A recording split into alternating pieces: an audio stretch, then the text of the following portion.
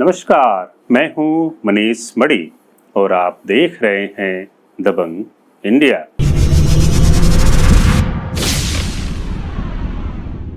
भगवान श्री कृष्ण धर्मराज युधिष्ठिर के दूत इंद्रसेन के साथ जब इंद्रप्रस्थ पहुंचे तब धर्मराज और भीमसेन ने उनका बहुत स्वागत सत्कार किया। कुछ समय रुकने के पश्चात धर्मराज ने श्री कृष्ण से राजसूय यज्ञ पर उनके विचार पूछे।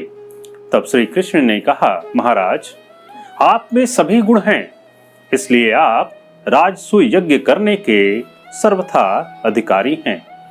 परंतु इस समय राजा जरासंध ने अपने बाहुबल से बहुत से राजाओं को हराकर अपनी राजधानी में कैद कर रखा है।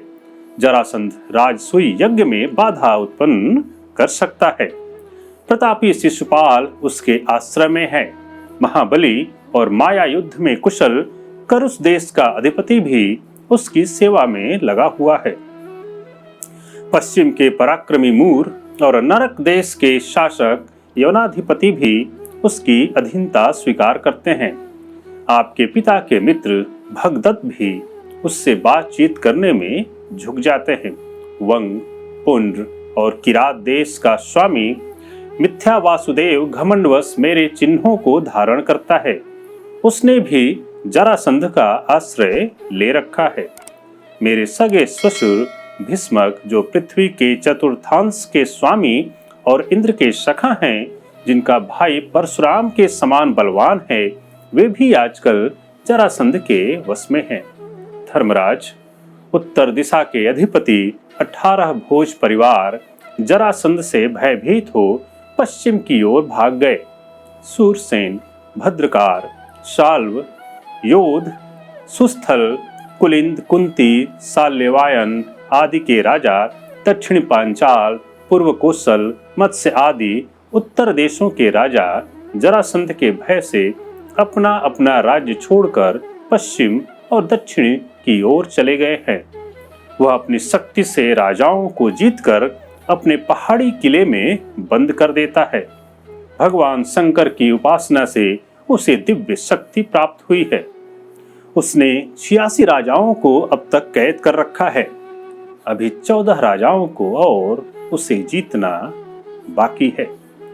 उन कैदी राजाओं के द्वारा वह यज्ञ संपन्न करना चाहता है।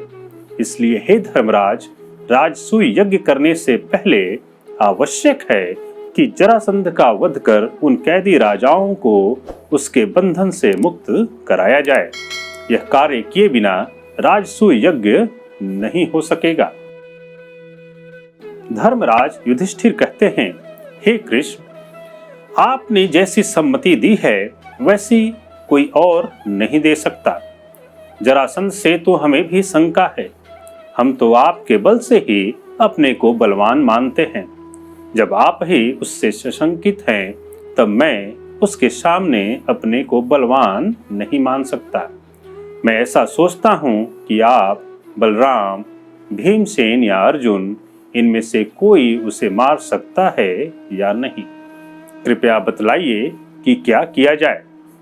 युधिष्ठिर की बात सुन भीमसेन ने कहा, सावधान और नीति निपुण राजा कम शक्ति होने पर भी बलवान शत्रु को जीत लेता है।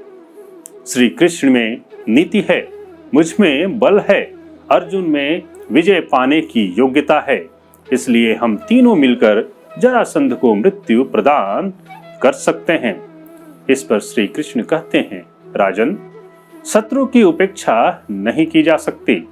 आप में शत्रु विजय, प्रजा पालन, तपस्या, शक्ति और समृद्धि सभी गुण हैं। जरासंध में केवल एक गुण है, वो है बल। जो लोग उसकी सेवा में लगे हुए हैं वे उससे संतुष्ट नहीं हैं। उसने योग्य पुरुषों को अयोग्य कार्य में लगाकर अपना शत्रु बना लिया है। हम लोग उसे युद्ध के लिए बाध्य कर जीत सकते हैं। वह अपने बंदी राजाओं का बलि देने वाला है।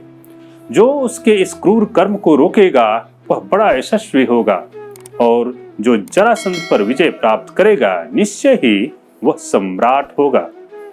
श्री कृष्ण की बात सुन युधिष्ठिर कहते हैं, श्री कृष्ण, मैं चक्रवर्ती सम्राट होने के स्वार्थ से साहस करके आपको या भीमसेन अथवा अर्जुन को वहां कैसे भेज दूं? भीमसेन और अर्जुन दोनों मेरे नेत्र हैं और आप मेरे मन हैं। मैं अपने नेत्र और मन को खोकर कैसे जीवित रह सकूंगा? इस पर श्री कृष्ण कहते हैं, धर्मराज, अपनी शंकाओं को दूर करें। निस्संदेह हम सभी आपके प्रिय हैं। हमारी मृत्यु चाहे दिन में हो या रात में, हम उसकी चिंता नहीं करते। अब तक अपने को युद्ध से बचाकर कोई अमर भी तो नहीं हुआ है। इसलिए वीर पुरुष का कर्तव्य है कि वह अपने संतोष के लिए विधि और नीति के अनुसार शत्रु पर चढ़ाई करके विजय की भरपूर चेष्टा करे। सफलता में लोक, विफलता में परलोक, दोनों ही अवस्थाओं में अपना कार्य तो सिद्ध होता ही है। आज महाभारत कथा में बस इतना ही। हमारे वीडियो को लाइक करें, शेयर करें और हमारे चैनल को अभी तक सब्सक्राइब नहीं किया तो सब्सक्राइब जरूर करें। धन्यवाद।